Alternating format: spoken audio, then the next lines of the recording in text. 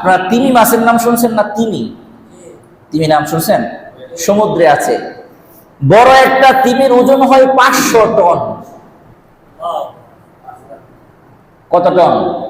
500 ton. আপনি কয় ton? মানুষ আছে নাকি? আমরা সাধারণত অল্প খাবারের জন্য হারাম খাই, ঘুষ খাই, সুদ খাই, কত অবৈধ টাকা ইনকাম করি, অথচ আমার শরীরের ওজন সর্বোচ্চ 3 মণ, এর বেশি তো হবে না। 50 কেজি, 60 কেজি, 100 কেজি, 150 কেজির উপরে তার নাই। এই 150 কেজি 1 টন হবে? অথচ আল্লাহ বলেন 500 টন ওজনের একটা তিমি। এই সমুদ্রের মাঝখানে বিশাল বড় একটা তিমিকে আমি 3 বেলা খাওয়াই।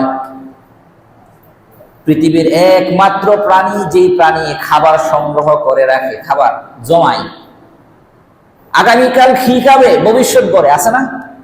তোমার প্ল্যান প্রোগ্রাম কি? তোমার সন্তানদের জন্য তুমি কি গড়ে যাচ্ছ? কত প্ল্যান প্রোগ্রাম আছে না?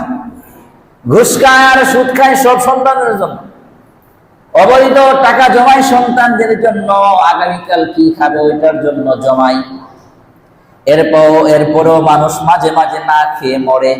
আল্লাহ বলেন, বান্দা আমার, ওই তিমি মাছের দিকে তাকাও, আগামীকাল সকালবেলা কি খাবে সে জানে না, আমি আল্লাহ তাকে না খাওয়াও রাখি না।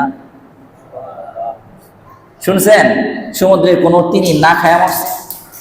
না খায় শুকাই গেছে, কঙ্কাল হয়ে গেছে। একটা পাখি না খেয়ে খেয়ে পাখিরা মারা গেছে। শুনছেন? পাখি যখন রাতের বেলা ঘুমাতে আসে, ওই পাখি জানে না আগামীকাল কি খাবে, জানে না।